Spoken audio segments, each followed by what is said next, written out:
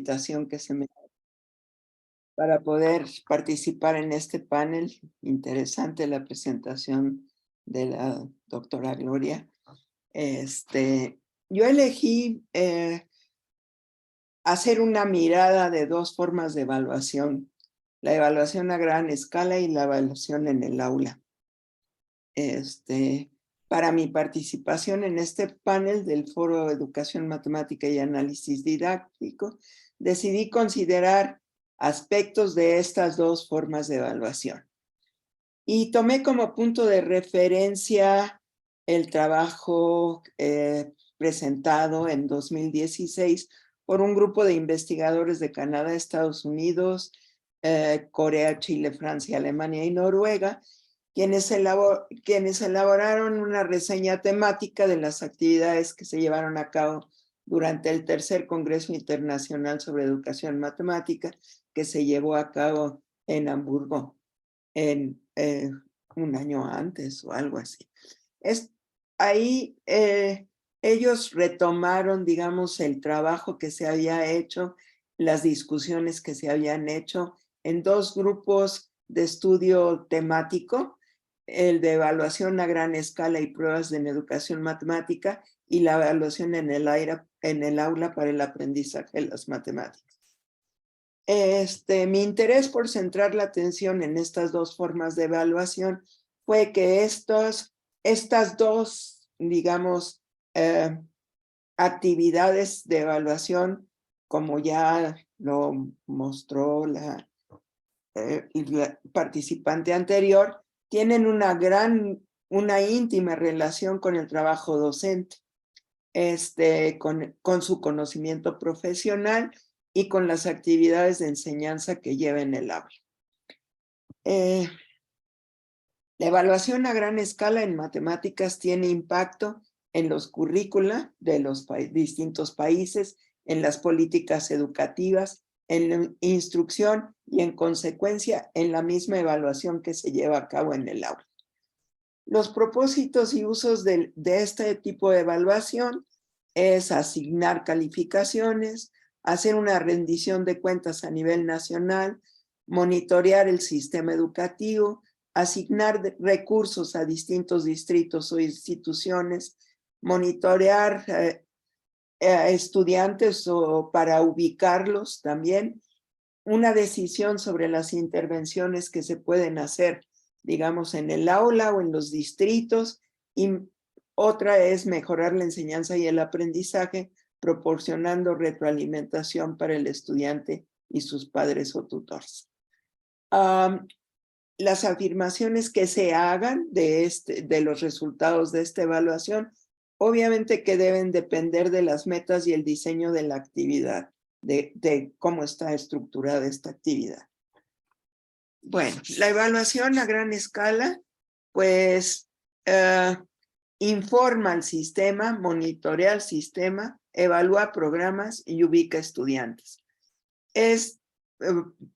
Bueno, yo creo que ese fenómeno ha pasado en todos los países, pero no lo sé bien, pero en el mío, desde luego, que esta evaluación a gran escala, por ejemplo, digamos, la evaluación de PISA, pues tuvo una influencia fuerte no solamente en la enseñanza, sino también una influencia fuerte en en las evaluaciones que se hacían los profesores. Se tomaban estos resultados no como algo que estuviera, que se cambiaban un poco los propósitos. Los resultados se tomaban como para evaluar a los profesores que habían participado en el estudio, y sobre todo diciendo, como nosotros además, los primeros resultados fueron así como confidenciales, no se dieron al público en una primera instancia, porque finalmente nuestro país había alcanzado como de los últimos lugares. Entonces eso preocupaba al gobierno en ese momento, y fue que de alguna manera de alguna manera tuvimos como que los profesores se sentían amenazados por esa situación. Entonces, estas evaluaciones a gran escala que se emplean para monitorear el sistema educativo, obviamente se hacen aplicando pruebas a los estudiantes y pueden ser nacionales, estatales, regionales y a veces con un formato de evaluación internacional como el de PISA y TIMSS, este tipo de estudios que se han hecho. Juegan un papel predominante en la vida de los estudiantes y los profesores y dependen de los resultados de los alumnos en esas evaluaciones. Perdón. No quería. Bueno, y la evaluación en el aula, pues tiene propósitos diferentes. Recopila información, provee retroalimentación para apoyar a los estudiantes de forma individual y para mejorar la práctica de los profesores. Generalmente se usan evaluaciones que son elegidas o hechas por los maestros. Son más efectivas cuando están íntimamente alineadas con qué y el cómo. Las perspectivas actuales que hay sobre la evaluación en el aula, pues incentivan el uso de un rango amplio de estrategias de evaluación, de herramientas y de formatos que proveen múltiples oportunidades. Ay, perdón. Múltiples oportunidades para los alumnos, para que los alumnos demuestren su aprendizaje, haciendo uso de retroalimentación formativa de forma regular e incluyendo a los estudiantes en los procesos de evaluación. O sea, últimamente lo que se ha sugerido es que los estudiantes también participen de la evaluación y ellos mismos se autoevalúen y regulen, digamos, su aprendizaje. Independientemente de que se considere la evaluación a gran escala o la evaluación en el aula, se debe prestar atención al propósito de la misma, de manera que los resultados se interpreten y se usen apropiadamente para el propósito para el que fue diseñada. Se debe ser consciente de que los propósitos de la evaluación pues son borrosos en ocasiones. Los maestros con frecuencia usan evaluaciones sumarias en el salón de clase con propósitos formativos. Por ejemplo, cuando ellos usan los resultados para comprender las ideas equivocadas de alguna noción o concepto para diseñar su futura instrucción, o cuando usan preguntas de las evaluaciones a gran escala para propósitos de instrucción o bien de evaluación, porque a veces ellos los usan también como ítems o preguntas para la evaluación en el aula. Doy un ejemplo de un ítem de una evaluación a gran escala en mi país, de una prueba nacional, que es utilizado por los docentes para identificar ideas erróneas sobre el algoritmo de la adición de fracciones. Recordarán que se nos enseñó, digamos, cómo hacer estos reactivos de opción múltiple, ¿no? Entonces, por ejemplo, aquí se puede, si un estudiante elige el inciso A, pues quiere decir que lo que recuerda acerca del algoritmo de la suma de fracciones, de la adición de fracciones, es que se deben sumar numeradores y denominadores. Si usa, por ejemplo, si escoge el inciso B, lo que está haciendo es multiplicando numerador por denominador. Y bueno, si usa el inciso C, pues está eligiendo el resultado correcto. Y si usa el inciso D, pues está haciendo algo un poco raro porque interpreta 2 entre 3 como 2 dividido a 3 más 7 dividido entre 5. Pero finalmente vuelve a sumar los numeradores y lo divide entre la suma de los denominadores y obtiene pues 9/8, que es el mismo que tiene arriba, pero que identifica una cosa un poco diferente. En muchas partes del mundo, los datos de las evaluaciones a gran escala son proporcionados a los docentes con intención de que ellos entiendan mejor la enseñanza y el aprendizaje en el salón de clase. Las dos formas de evaluación que elegí, que han tenido diferentes tradiciones y han sido influenciadas por teorías y perspectivas del aprendizaje diversas. Tradicionalmente la evaluación a gran escala está enraizada en una perspectiva psicométrica de medición. El interés principal son las puntuaciones, los resultados de grupos de individuos, y en vez de examinar el razonamiento examinar el razonamiento de los estudiantes y sus procesos de comunicación. Versa sobre la medición fiable de resultados de aprendizaje en lugar del aprendizaje en sí mismo, y los tipos de formatos son problemas que conducen generalmente a un resultado único y correcto. Se puede considerar que este tipo de evaluación está alineada con la perspectiva conductista o cognitivista, ya que típicamente se enfoca sobre componentes individuales. La evaluación en el aula, al contrario, pues los acercamientos actuales sobre la evaluación en el aula han reorientado la visión como una serie de eventos que objetivamente miden la adquisición del conocimiento a una visión de la evaluación como una práctica social que provee conocimiento continuo e información para sustentar el aprendizaje de los estudiantes e influenciar la práctica docente. Estas formas de considerar la evaluación recurren a las visiones cognitivas, constructivistas y socioculturales del aprendizaje.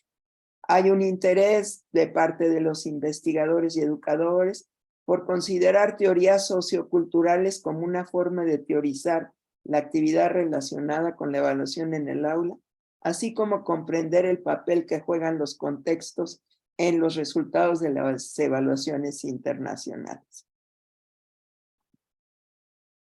Los autores de la reseña temática sobre evaluación en educación matemática, después de hacer una revisión amplia de principios y metas de diversas evaluaciones en el mundo con distintas características, tanto de las evaluaciones mismas como de sus autores, encontraron similitudes en ambas formas de evaluación. Los profesores y estudiantes necesitan saber qué es lo que se espera, lo cual implica que las tareas deben estar alineadas con patrones de instrucción. Con las tareas se deben proporcionar oportunidades para que los estudiantes se involucren en desempeños que movilicen su conocimiento y que se obtenga evidencia apropiada de su aprendizaje. La evaluación debe representar lo que es importante saber y aprender. Cuando la retroalimentación se provee, se necesita que contenga suficiente información de manera que los alumnos puedan mejorar su conocimiento y avanzar en su desarrollo.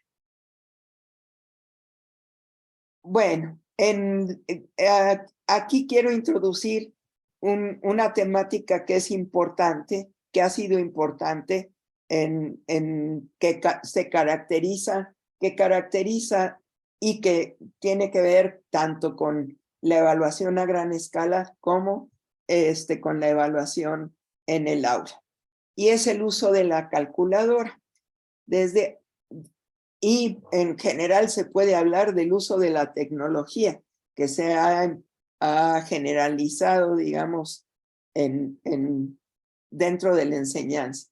Desde hace casi 4 décadas se establece en el currículum el uso de la computadora para la enseñanza de las matemáticas. Sin embargo, no hay una normatividad de cómo utilizar esos artefactos en las evaluaciones. Por ejemplo, en mi país, ¿no? En mi país, el uso de la calculadora sí aparece en el currículum, pero solamente así como una sugerencia, debido a que se piensa que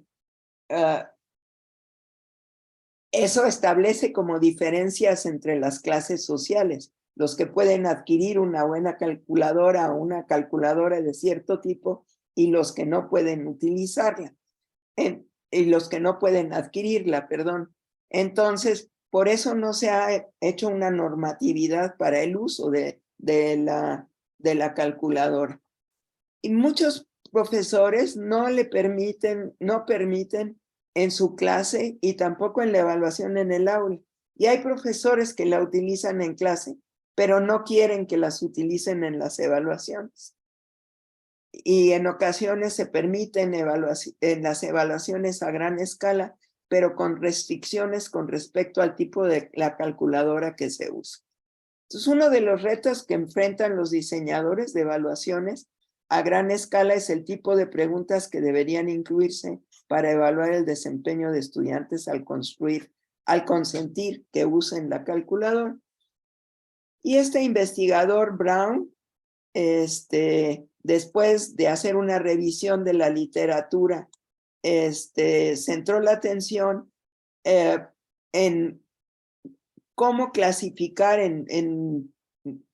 cómo clasificar las destrezas matemáticas que se evalúan con las preguntas del examen. Y para ello, pues, él revisó varios tipos de exámenes provistos a gran escala para entrar, digamos, para pasar a niveles superiores. Y en esta tabla que aparece a continuación, se muestra el esquema de la categorización de habilidades matemáticas que subyacen en las preguntas de los diferentes exámenes que Brown construye a partir de su revisión de la literatura. Por ejemplo, él dice que hay habilidades mecánicas que tienen que ver con la comprensión, la habilidad para comprender un problema y para seleccionar y usar una técnica estándar. Es un uso rutinario de procesos matemáticos. Otro tipo de habilidades matemáticas es la interpretativa, que ahí ya se hace una transferencia de información, se transforma la información dada en una forma diferente para su uso en un procedimiento distinto y hay aplicaciones a situaciones nuevas. Y la constructiva es considerar implicaciones, comparar, conjeturar, justificar y evaluar. Y lo que, por ejemplo, eso tiene que ver con el uso de la calculadora, ¿no? Aquí les incluyo un ejemplo de una pregunta de examen que evalúa las habilidades de transferencia de la información, incluida en la evaluación a gran escala del Bachillerato Internacional Nivel Estándar de la versión 2000, que fue tomada por, bueno, yo la tomé de Brown y se tradujo. Como se ve aquí, se hace un análisis de cómo se resolvería esta pregunta usando lápiz y papel y cómo se resolvería usando la calculadora gráfica.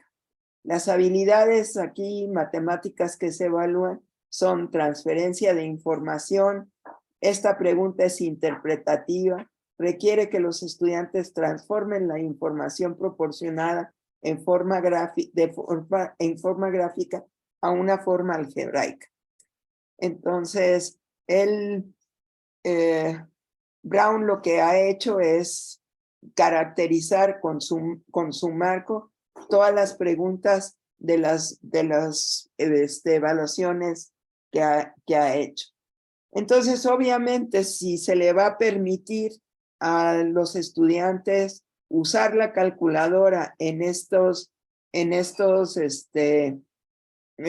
las evaluaciones, digamos, para ingresar al bachillerato, a la universidad, o para evaluar para monitorear el sistema, que son ejemplos de evaluaciones que van de esas a gran escala. lo que se tiene que pensar es en preguntas que el uso de la calculadora no sea el camino directo para,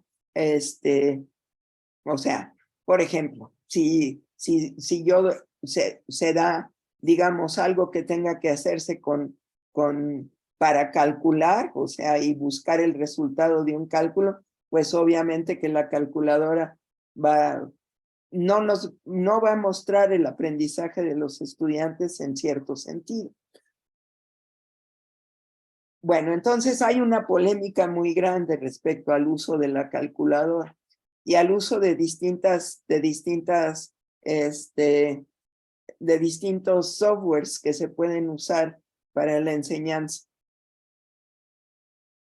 Eso es algo que digamos, todavía se está discutiendo y se logran como pequeños pasos para poder dejar que los estudiantes usan esta herramienta como una herramienta cognitiva y no como una herramienta de cálculo solamente.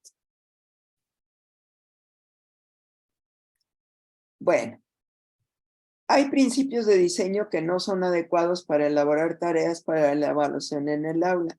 Estos están vinculados con diversos modelos, entre estos últimos se eligió el denominado modelo didáctico para la evaluación. Hay varios modelos, pero yo elegí como para dar una ejemplificación de el tipo de tareas que se pueden hacer. Este modelo está basado en el trabajo desarrollado en el Instituto Freudenthal y la noción de que las matemáticas son una actividad humana para la cual los estudiantes necesitan otorgarle un significado para ellos mismos. Esto está relacionado con la postura pedagógica filosófica de este grupo de investigadores que se llama la educación con la matemática realista.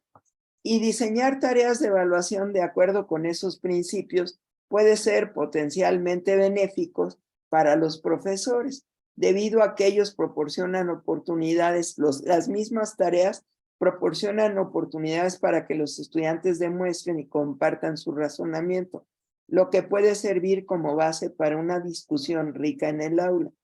Voy a ejemplificar qué quiere decir esto con un ejemplo tomado, digamos, del trabajo de tesis de Marja van den Heuvel-Van-Wiesen, que es una de las investigadoras que trabaja en el Instituto Freudenthal.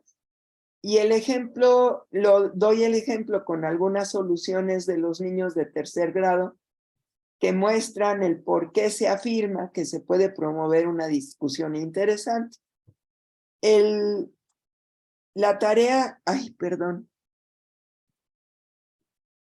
diseñada es esta, que está aquí, y las instrucciones que deben leerse en voz alta a los estudiantes dicen que un oso polar pesa 500 kilogramos.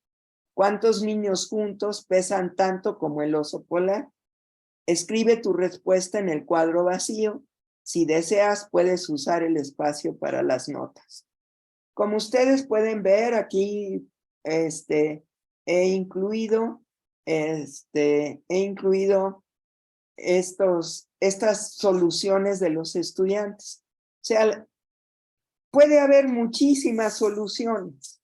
Eso es uno de los principios que se usan, digamos, para construir este tipo de tareas. Y, por ejemplo, aquí vemos las maneras en cómo los estudiantes trataron de identificar. Ellos, por ejemplo, el niño A, él piensa que 35 es el peso de los estudiantes. Y según explica Marja en su trabajo de tesis, este niño está haciendo un cálculo mental, pero lleva un registro de cuántas veces ha tenido que considerar, es una suma iterada, pero cuántas veces ha tenido que considerar ese sumando, y finalmente se da cuenta que 22 son el número que aproxima, digamos, el peso de los niños a 500 kilogramos. En el segundo vemos que va haciendo una duplicación y finalmente ve que 16, elige 16 como el número adecuado.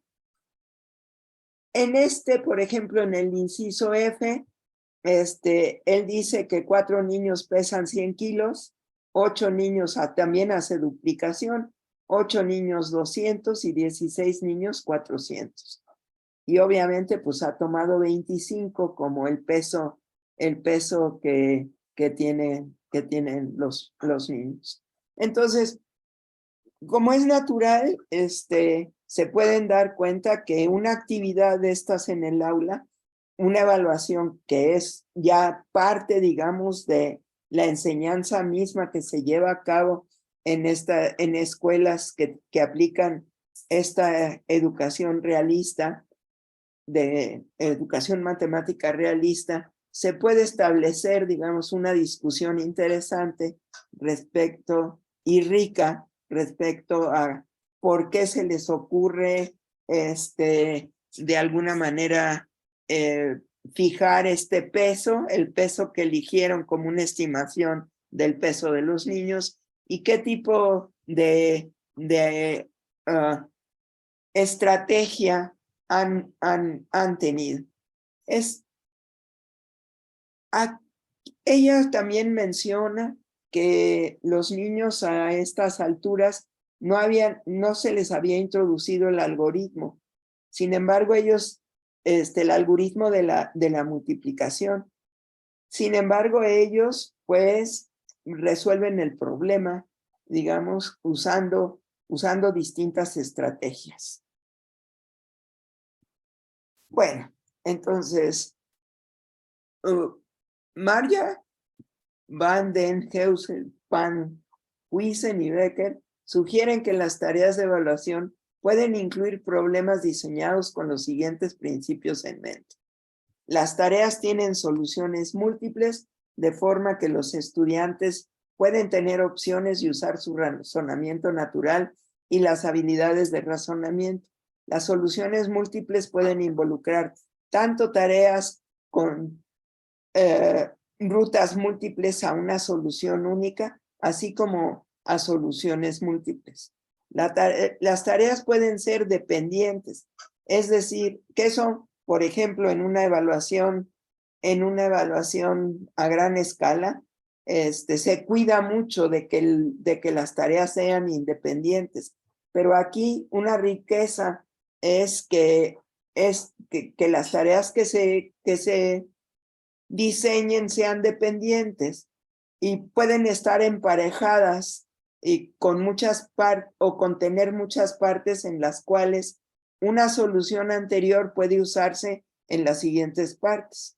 Y esto es importante porque se puede valorar si los estudiantes usan aquello que ya han resuelto antes. Valorar si encuentran esas conexiones es importante para el profesor. Y también tener en mente que las tareas en la cual lo importante es valorar la estrategia y no el resultado. Bueno, les doy un ejemplo de una tarea que se ha modificado, una tarea de estas que aparece, digamos, con una solución única, que es la que tengo a mi izquierda, que aparece en alguna de las evaluaciones